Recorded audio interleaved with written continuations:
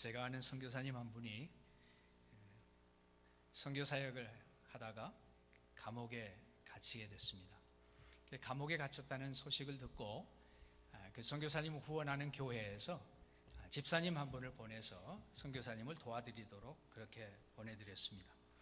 그런데 그 집사님이 가셔서 선교사님을 돕다가 큰 병에 걸려서 병이 들어가지고 거의 죽게까지 된 이후에 조금 회복되니까 선교사님이 빨리 교회로 돌아가십시오. 교회에서 너무 걱정이 심합니다 하는 이 염려와 함께 편지 한 장을 써서 교회에 다시 가시도록 보내드렸습니다. 그 선교사님이 교회에 보낸 편지를 여러분과 제가 방금 읽었습니다. 그것이 빌립보서입니다. 빌립보서는 바로 선교 사역을 하던 우리 바울 선교사가 지금 아마 로마 감옥이라고 생각이 되는데, 로마 감옥에 갇혀 있을 때 빌립보에 있는 교인들이 그 소식을 듣고 에바브로디도라고 하는, 오늘날 같으면 아마 교회의 집사의 직분을 감당하지 않았을까 생각되는 에바브로디도를 보내서 바울 선교사를 도와드리라고 갔는데, 바울 선교사에게 도움이 되는 것이 아니라 오히려 걱정이 됐던, 큰 병을 앓아서 회복이 좀 되니까 빨리 교회로 돌아가십시오 하며 써드린 그 선교 편지, 그게 바로 오늘 읽은 빌립보서입니다. 그러니까 무엇을 봐도 환경이 그렇게 좋은 환경은 아니었습니다. 감옥에 있는 선교사, 그리고 거의 죽을 병이 들었던 그런 에바브로디도, 그리고 이제 보내드린 이 교회에 쓰는 편지 가운데, 그런데 놀랍게도 자그마치 기쁨이라고 하는 단어가 동사와 명사를 포함해서 18번이나 들어가 있습니다. 감옥에 있는 선교사가 거의 죽을 뻔한 집사를 통해서 보낸 그 편지 속에 어떻게 기쁨이라고 하는 단어가 그렇게 많이 들어가 있을까? 기쁨이라고 하는 것은 아마 가장 여러 가지 종교들이 있고 여러 생각들이 있지만, 기쁨이라고 하는 단어만큼 기독교를 잘 나타내는 것이 없다라고 생각이 듭니다. 사실 다른 종교나 다른 이 사상을 가지고 있는 사람들 가운데는요, 기쁨이 없어요. 그 어디에도. 그런데 기독교를, 바로 예수 그리스도를 믿는 사람들의 삶은 기쁨이 있습니다. 오늘 그 기쁨을 맛보신 분들이 바로 여러분들이고 저입니다. 옆에 분들 보시고 정말 기쁨이 있는가 한번 봐보세요.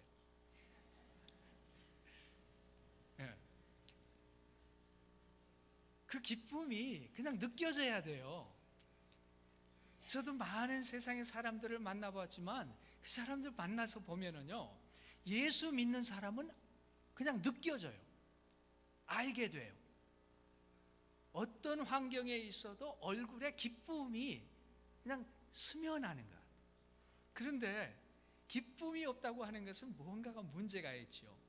바로 감옥에 갇혀 있는 우리 바울 선교사도 감옥에서 쓴 편지 가운데 18번씩이나 이 짤막한 서신에 기쁨이라고 하는 단어를 쓸 수 있는 것은 무슨 이유가 있어서일까요?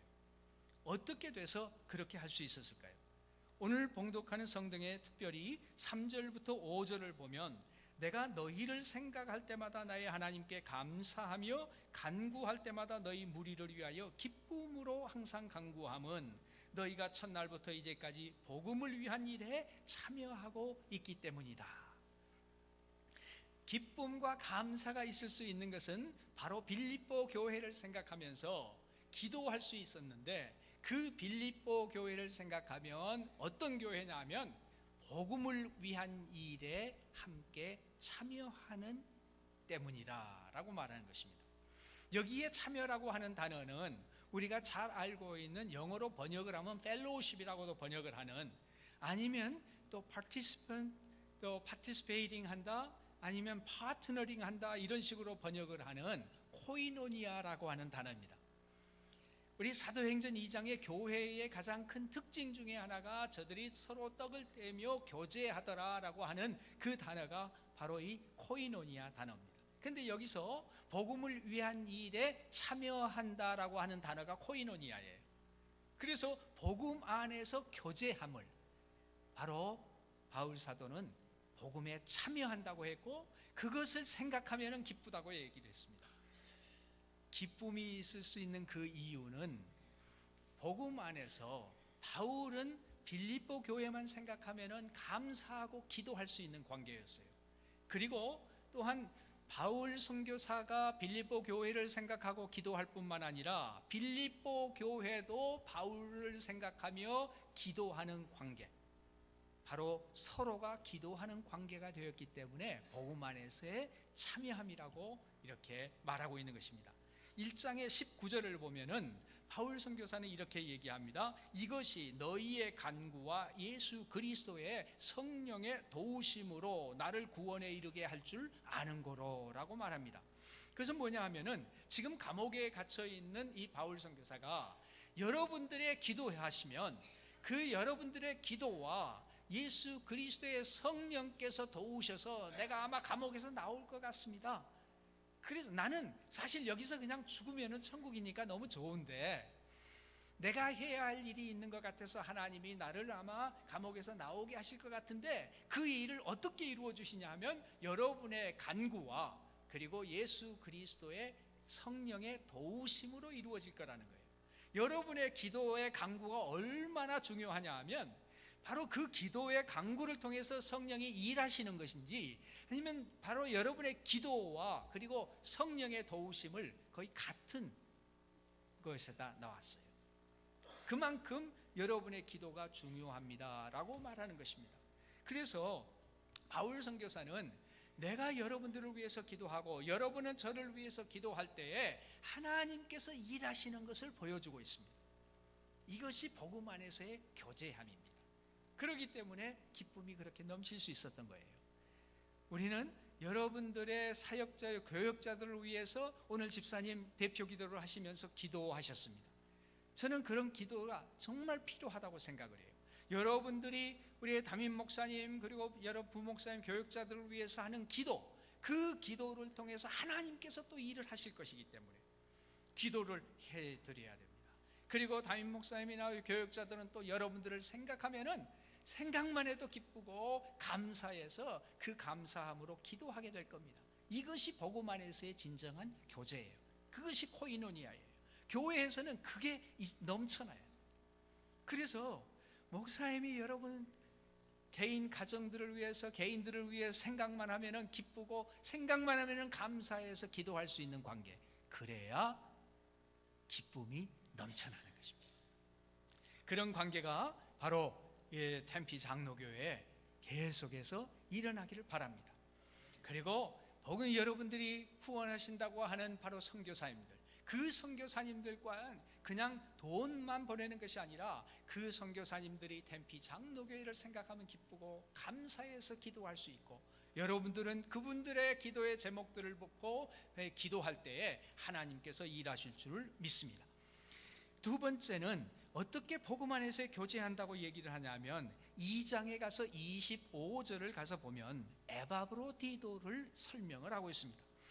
아까 잠시 전에 설명을 드렸던 것처럼 에바브로디도는 지금 바울 선교사를 도우러 와가지고 본인이 병이 들었던 그런 사람입니다. 그래서 큰 도움이 되지 못했던 것 같습니다. 그럼에도 불구하고 에바브로디도를 이렇게 바울 선교사는 소개하고 있습니다. 그러나 내가 에바브로디도를 너희에게 보내는 것이 필요한 줄로 생각하노니 그는 나의 형제요 함께 수고하고 함께 군사된 자요 너희 사자로 내가 쓸 것을 돕는 자라. 에바브로디도가 잠깐 와서 바울 선교사를 도우러 왔지만 크게 도움이 되지 못한 사람을 바울은 뭐라고 부르냐면 나의 형제라 그럽니다.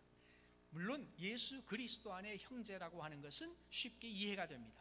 그런데 함께 수고한 자다. 사실 그 당시에는 비행기가 있었던 것도 아니고 자동차가 있었던 것도 아니기 때문에 로마까지 찾아와서 그렇게 온 것만 해도 여행이 정말 수고스러웠을 것입니다. 그래서 함께 수고한 자라고 하는 말도 이해가 됩니다. 그런데 뭐라고 바울은 얘기하냐면 함께 군사된 자라고 소개하고 있어요.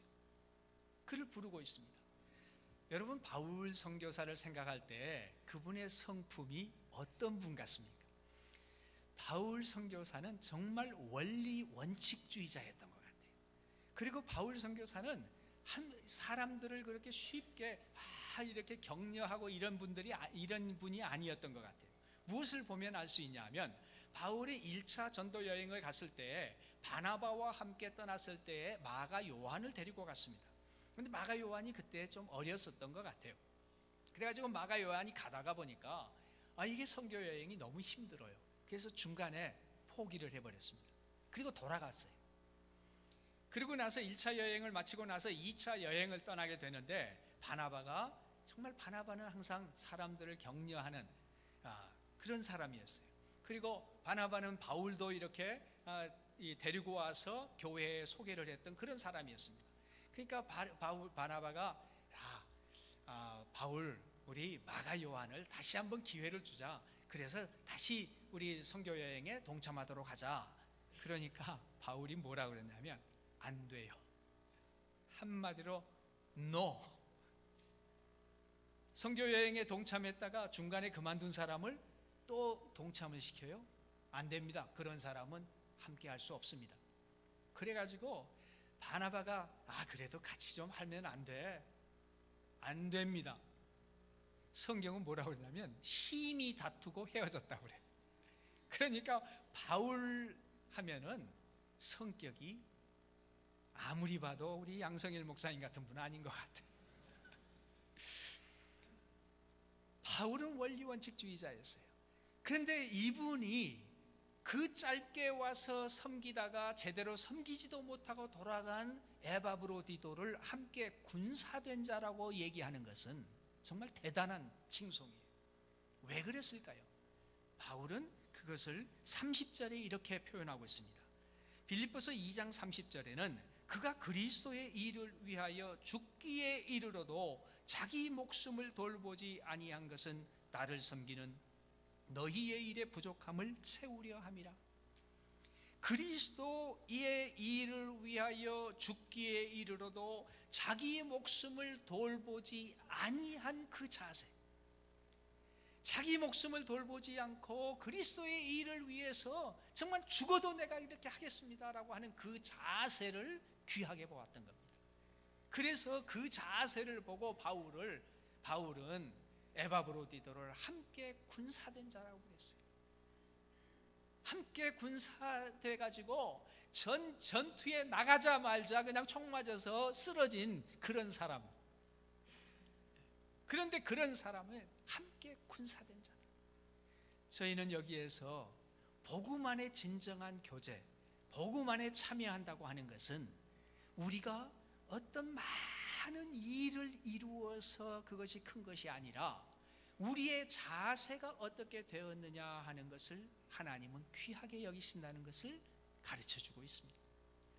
우리가 그런 자세로 정말 어떤 일을 하든 하나님께서 맡기신 일을 하나님이 내 생명보다도 더 귀하게 주신 사명을 이루겠다고 하는 그 자세라면 우리는 짧은 기간을 섬겼던 아니면 긴 기간을 하나님이 허락하셔서 섬길 수 있었건 둘 다 똑같이 귀하다는 것입니다. 저는 이 말씀을 읽으면서 저는 그래도 선교사로 이제 30여 년을 지금 섬겨오고 있습니다. 하나님께서 저의 30여 년을 물론 귀하게 봐주시면 고맙겠습니다. 그런데 제가 30여 년을 이렇게 섬긴 거라 정말 단기 선교로 나이 많이 들었어. 나이 들으셔서 이제는 내 인생 다시 한번 멋진 하나님이 부른 소명에 따라서 살겠다고 그리고 네팔에 오셔가지고 지난 2년 동안을 나이가 이제 65세가 더 넘으신 그 선교사님 부부를 보면서 제가 참 감사해요. 그래요. 하나님이 보실 때에는 이런 분도 얼마나 귀하게 보실까. 미국의 이민 생활을 거의 40여 년 하시다가 갑자기 하나님께서 뭐 여러 가지 가정의 일들을 허락하시고 이런 과정 가운데에 하나님이 본인을 부르신다고 하는 것을 느끼고 이민 생활을 다 접고, 그리고 지금 네팔에 가셔가지고 선교사로 사시는 우리 이세정 선교사님 부부가 있어요. 저희 지금 글로벌 호프에 같이 일을 하면서 그분들을 만나서 이렇게 보면은, 그래, 그 짧은 기간이라도 이제는 하나님께서 나에게 주신 이 일을 이루기 위해서 생명도 아끼지 않겠다는 그 각오로 가셔서 섬기시는 것이 얼마나 귀한가. 아니면 여러분들이 단기 선교로 갈 수 있습니다.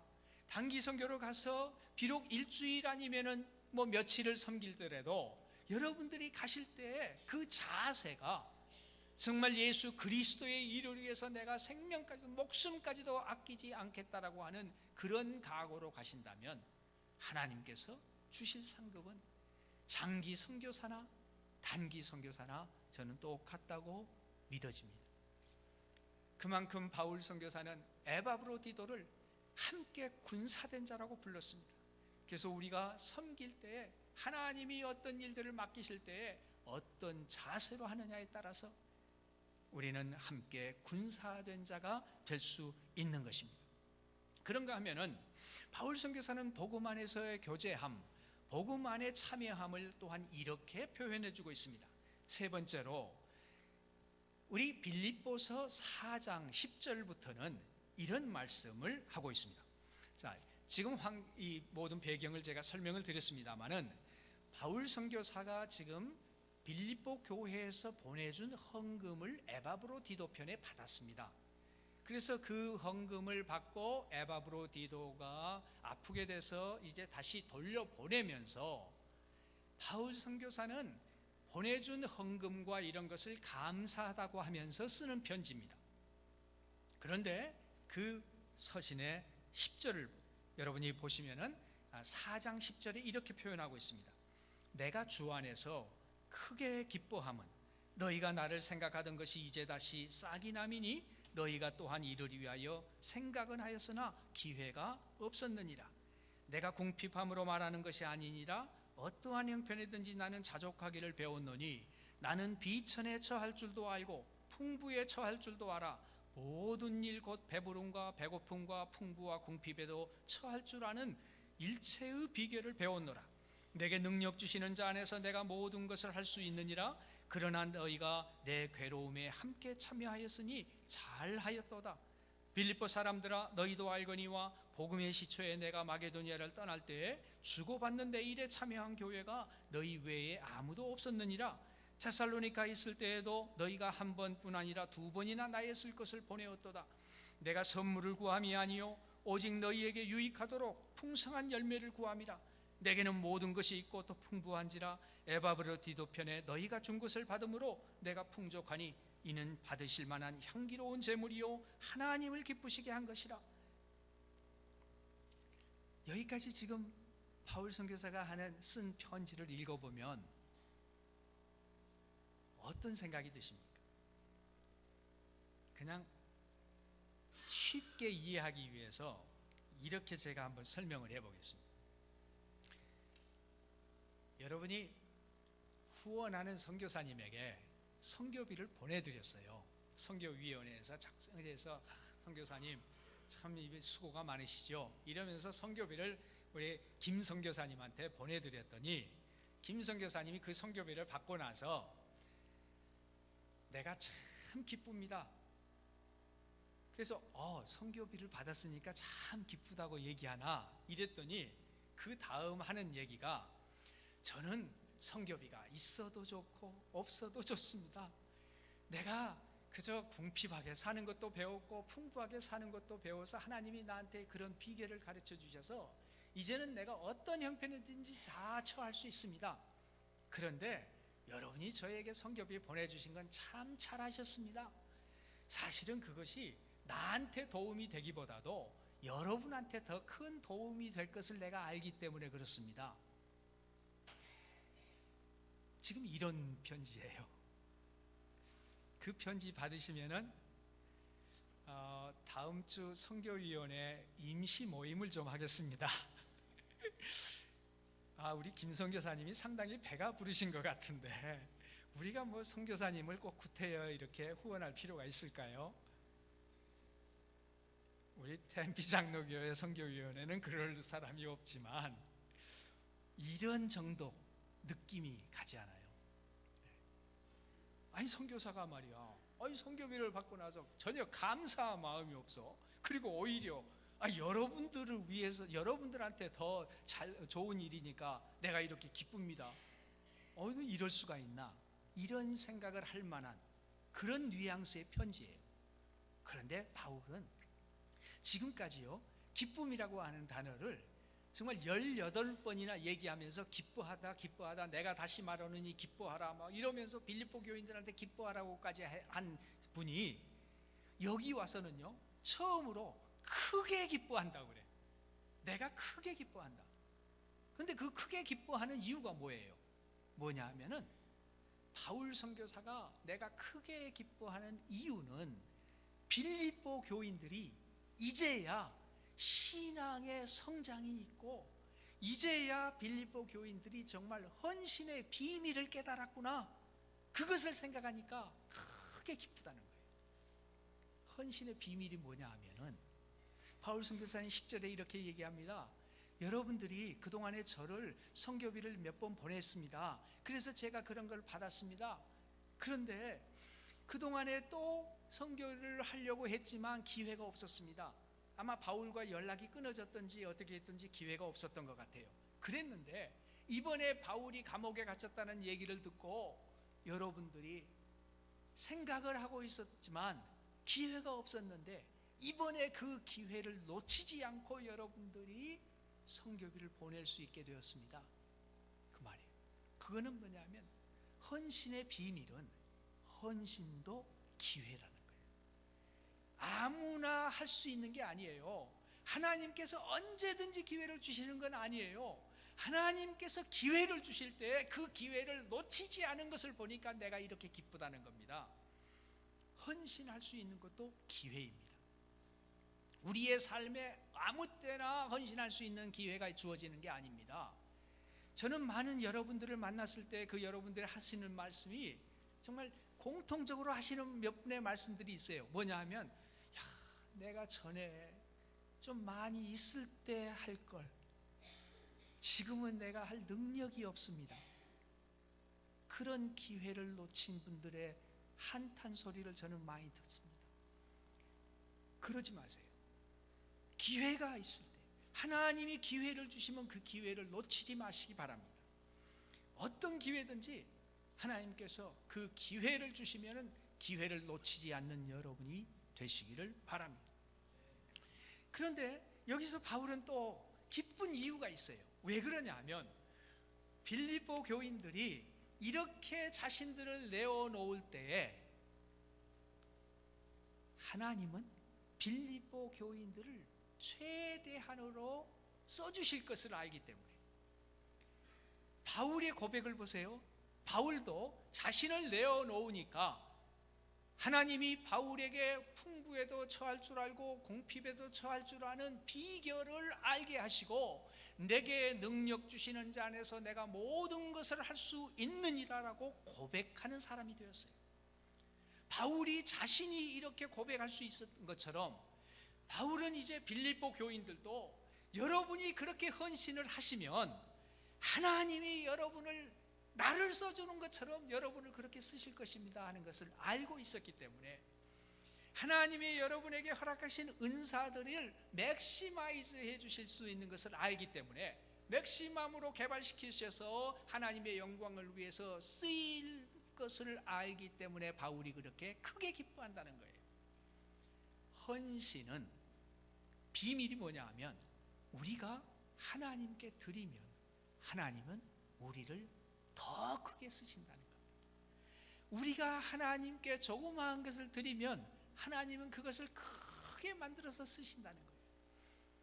그게 헌신의 비밀이기 때문에 하나님은 바울은 빌립보 교인들이 앞으로 그렇게 쓰임 받을 것을 생각하니까 너무나 기뻐요. 그래서 내가 크게 기뻐한다고 말하고 있습니다. 바울은 또한 그 헌신으로 말미암아 하나님의 풍성하심이 무엇인가를 알 것이기 때문에, 하나님의 풍성한 그 하나님이 누구신가를 이제 알고 하나님의 풍성함을 맛보고 살 것을 알기 때문에 그렇게 기쁘다고 말하고 있습니다. 19절에 보니까 나의 하나님이 그리스도 예수 안에서 영광 가운데 그 풍성한 대로 너희 모든 쓸 것을 채우시리라. 왜냐하면 하나님이 필요해서 여러분의 것을 달라는 게 아니에요. 하나님이 필요하기 때문에 우리 선교사를 야, 나는 네 능력이 필요해, 그렇게 얘기하는 게 아닙니다. 하나님은 선교사 없어도 마음만 그저 생각하시면 할 수 있는 거예요. 하나님께서 모든 것을 만드신 창조주 하나님이세요. 하나님이 우리의 헌금이 필요해가지고 우리한테 헌금을 하라는 게 아니에요. 모든 것을 다 가지신 분이시지만 하나님께서는 그 과정을 통해서 하나님의 사람들이 어떻게 살아가고 하나님의 사람들이 하나님의 풍성하심을 맛볼 수 있게 해주기 위해서 그런 기회를 주시는 거예요. 그렇기 때문에 때로는 담임 목사님이나 우리 교육자들이 우리 집사님 이번에 이런 성가대 이런 섬길 기회가 있는데 좀 섬겨주세요. 그러면은 야, 하나님이 나한테 이런 기회를 주시는구나. 그래서 기쁨으로 알고 섬겨야 돼요. 그 기회를 놓치면 안 돼요. 주일학교 교사로 좀 섬겨주세요. 그러면 야, 하나님께서 나를 이런 기회를 주시는구나. 헌신의 기회를 주시는구나. 그리고 놓쳐서는 안 돼요. 담임 목사님이 그럴 때 기쁜 것은 야, 정말 우리 집사님이 아니면 우리 형제가 우리 자매가 이제 신앙 안에서 정말 성숙해가지고 헌신의 비밀이 뭔지를 깨닫는구나. 그러니까 하나님께 받을 복을 생각하면 그렇게 기쁜 거예요. 담임 목사님이 여러분이 필요해가지고 여러분이 그 수고한 이게 너무나 필요하니까 꼭 좀 도와주세요, 이렇게 말씀하시는 것, 그게 아니고 하나님의 교회에 보면은요, 그냥 한국말로 옛 말로 이가 없으면 잇몸으로 먹는다고, 잇몸으로 때운다는 그런 말이 있는데 이 상할이 많지.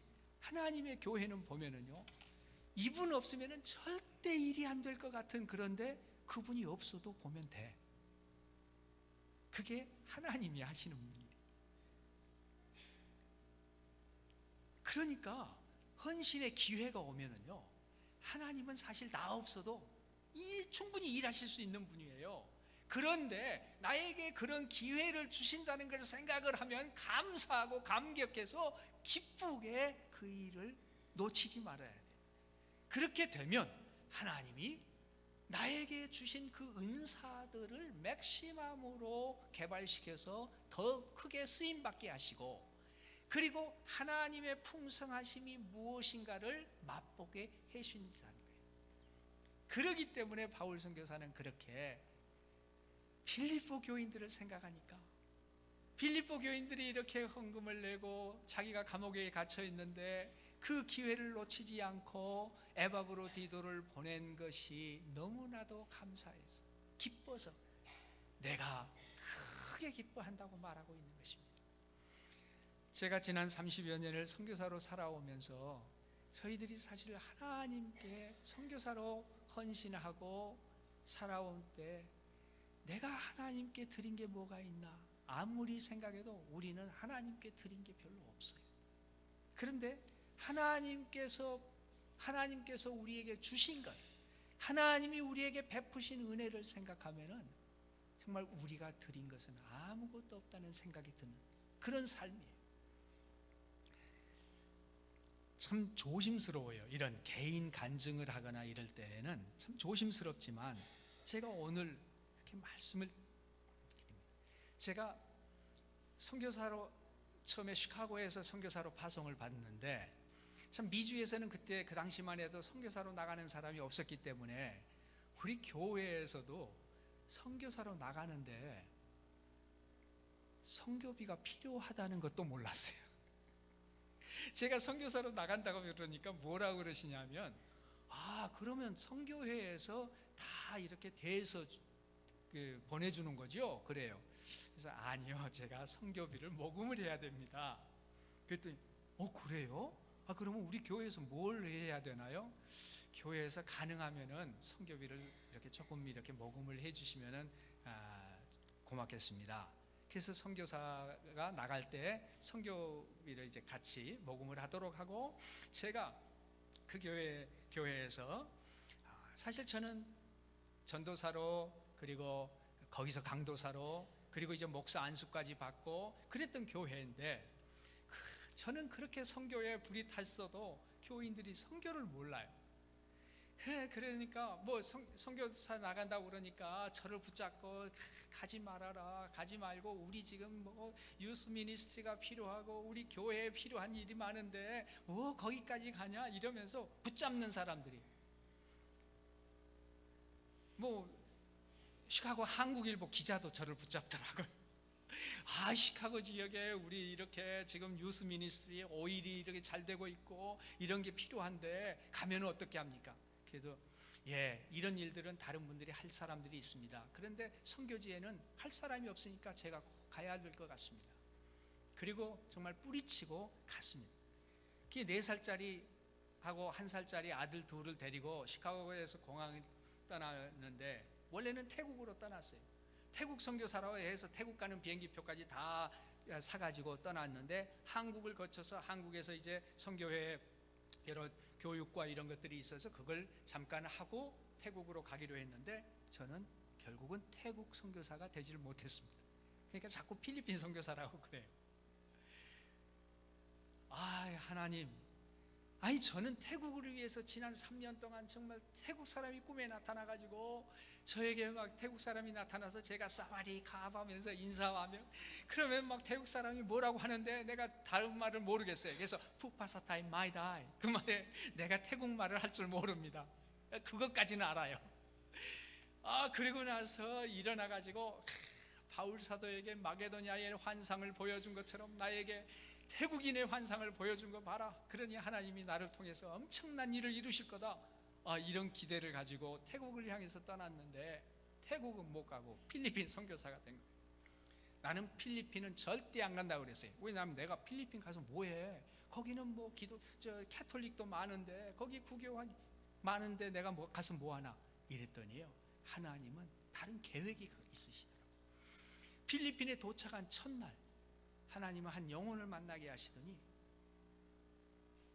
결국은 저의 간증을 듣고 예수 그리스도를 영접하고 엉엉 울면서 내 일생에 이렇게 기쁜 순간이 없었습니다 하며 예수님을 영접하는 그것을 보고요, 제가 하나님, 나 필리핀에 보낸 이유를 알겠습니다.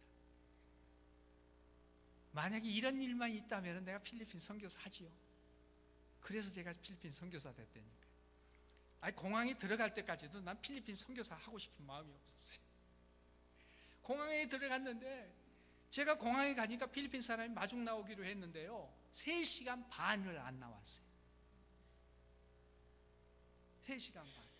그래서 넥타이까지 메고 갔다가 넥타이 풀고 다르게 다 풀고 3시간 반 기다리면서요, 그 더운데 에어컨도 없는 공항 대합실에서. 그런 필리핀이었지만 하나님께서 저를 필리핀 선교사로 살게 하셨어요. 정말 열심히 하나님 맡기신 일들을 감당을 했습니다. 그리고 그렇게 저는 정말 나름대로 하나님 앞에 헌신한다고 하고 했는데, 보니까 제가 뭐 어제 밤에도 말씀을 드려 어제 저녁에 말씀드렸습니다만 쉽지 않은 선교사의 삶을 살았어요. 그런데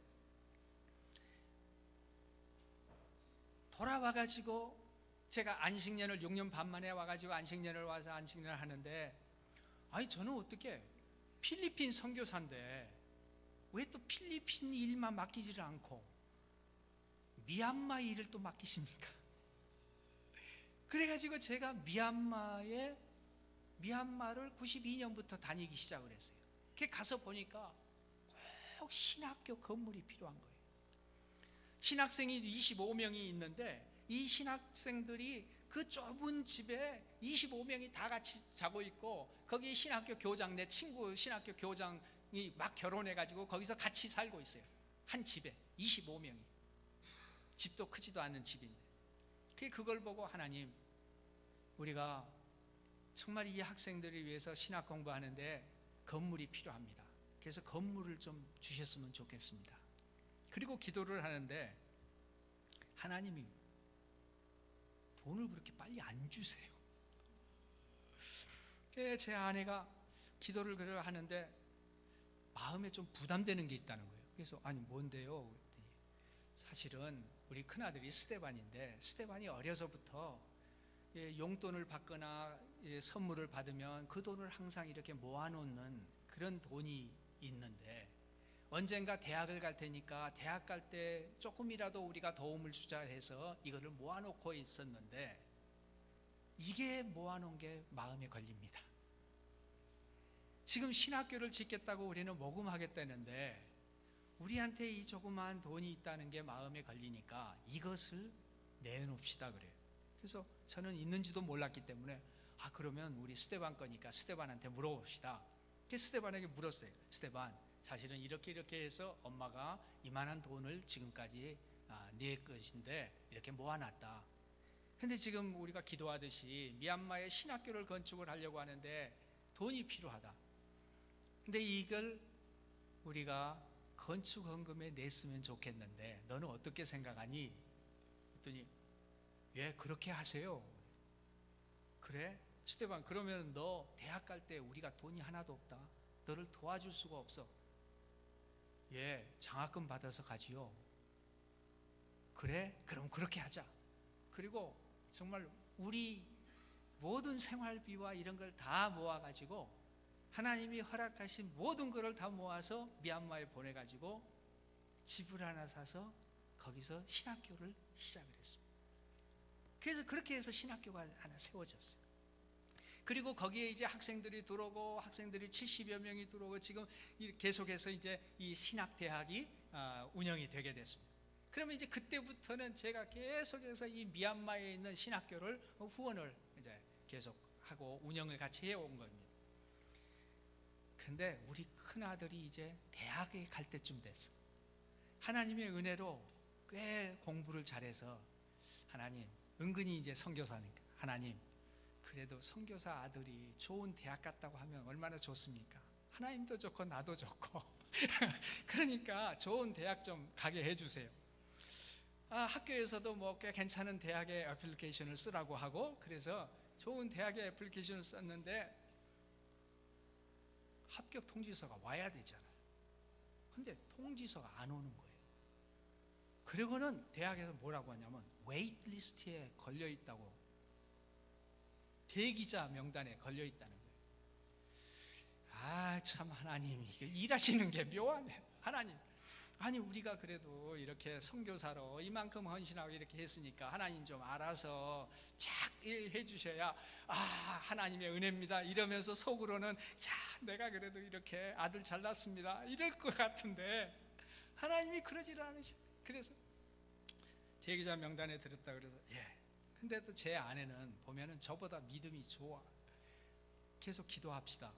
그리고 기도를 하는데 어느 날 제가 이제 내 컴퓨터를 보는데, 컴퓨터가 우리는 집에 한 대밖에 없으니까 그때 이제 아들하고 저하고 같이 컴퓨터를 썼어요. 그 컴퓨터를 보는데 조그만 뭐 편지 같은 게 하나 있어요. 그래서 편지를 보니까 학교에다가 보낸 편지였어요. 그 편지 내용을 제가 읽으면서 참 마음이 찡했습니다. 뭐라고 편지를 썼냐 하면, 나는 비즈니스맨이 되는 게 내 꿈입니다. 그래서 나는 비즈니스를 공부하기 위해서 이 학교에 어플라이를 했습니다. 그런데 나는 돈이 없습니다. 우리 부모는 선교사들입니다. 이 부모들은 영원한 것을 위해서 세상의 것을 포기하고 사는 사람들입니다. 그러니까 돈이 없습니다. 그래서 이 학교에서 저를 오게 하시려면 장학금을 많이 주시든지 아니면 다른 학생을 오라고 하십시오. 이렇게 편지를 보내는 거예요. 내가 그 편지를 읽으면서 참 마음이 짠했습니다. 내가 대학교 갈 때는 그냥 집에서 대학교 등록금 다 등록해 놔가지고 에이 할 수 없이 가주지, 그리고 대학을 갔는데, 아니 어떻게 내가 내 자식 대학 보낼 때는 난 장학금 안 주면 못 갑니다. 그러니까 장학금 주시든지 아니면 알아서 하세요. 우리 아버지는 돈 한 푼 없는 선교사입니다. 그런데 영원한 것을 위해서 세상의 것을 포기하고 사는 사람입니다. 이렇게 써놓은 거예요. 그때는요 정말 그 짧은 시간이지만 내가 왜 선교사 해가지고 이럴까, 내가 그냥 좀 비즈니스를 하거나 아니면 나도 그래도 밖에 나가면 나도 돈 벌 재주가 좀 있는 것 같은데, 그런데 선교사 해가지고 내가 돈 하나 없이 자식을 그냥 장학금 아니면 못 간다고 하는 그런 편지를 쓰게 했을까 하는 생각이 순간적으로 들었어요. 그런데 하나님이 일하시는 방법을 보게 하신 거예요. 학교에서 전화가 온 거예요. 집에 있는데, 마치 그때 집에 있는데 전화가 와가지고 스티븐이 뭐라고 그러는데, 나는 뭐가 많이 필요합니다 그래요. 그래서 야 스테반, 너 무슨 전화를 받았니? 그랬더니 학교에서요 전화가 왔는데 나한테 학교 오려면은 얼마나 필요하냐고 그래서 난 많이 필요하다고 그랬어요. 며칠 있다가 또 전화가 왔어요. 마치 그때도 제가 있을 때예요. 전화가 왔는데 스테반이 전화를 또 받는데 난 더 필요합니다 그래요. 그래서 아니 스테반, 너 무슨 전화를 그렇게 받았어? 속으로는 이게 학교에서 왔나? 그럼 학교에서 오라고 하면 참 좋겠다. 그냥 장학금 없으면 내가 어떻게 빌려서라도 하여튼 보낼 테니까 그 학교 좀 갔으면 좋겠다 하는 그런 생각이 제 속에는 솔직히 있었어요.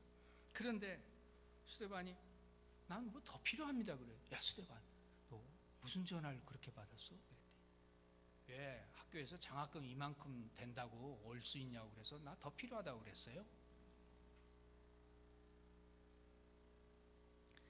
주일 예배를 마치고 저녁에 집에를 들어갔더니 집에 앤서링 머신에 녹음이 되어 있는데, 학교에서 그분이 담당자가 전화를 해가지고 아주 그렇게 기쁜 목소리, 스티븐, 우리 학교에서 너에게 모든 걸 이만큼 주기로 했다. 그러니까 우리 학교에 꼭 와달라.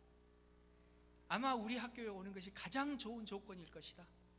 그러니까 우리 학교에 와달라고 오늘 밤 12시까지 나에게 앤서링 머신으로 그냥 오겠다는 말만 남겨주라.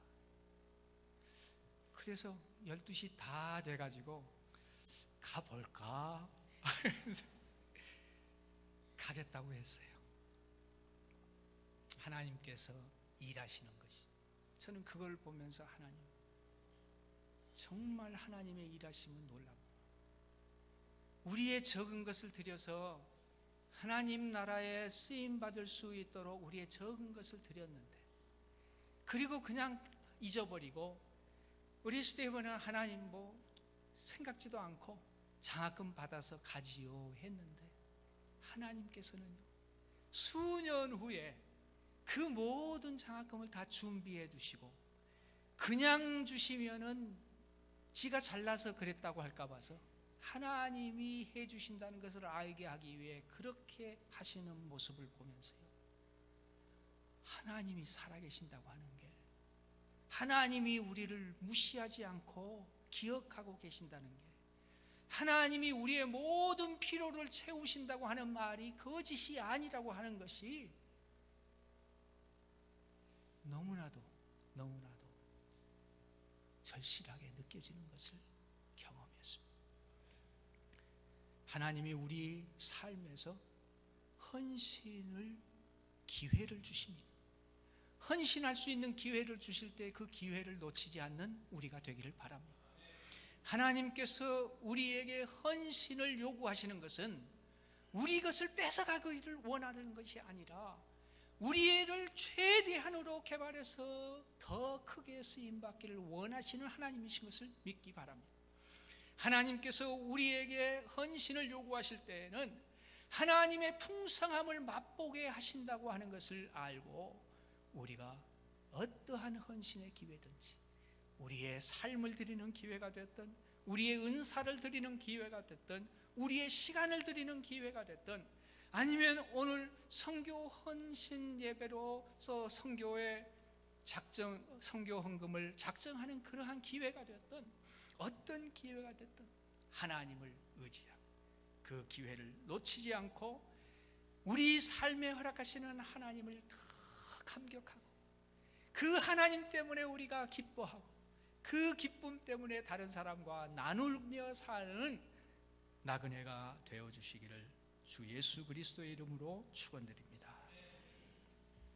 하나님 아버지, 감사합니다.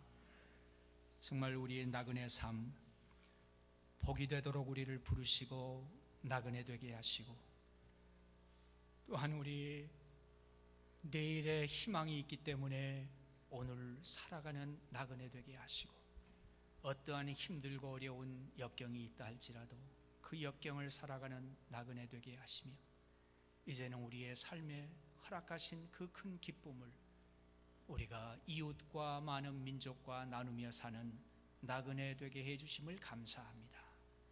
예수님 이름으로 기도합니다.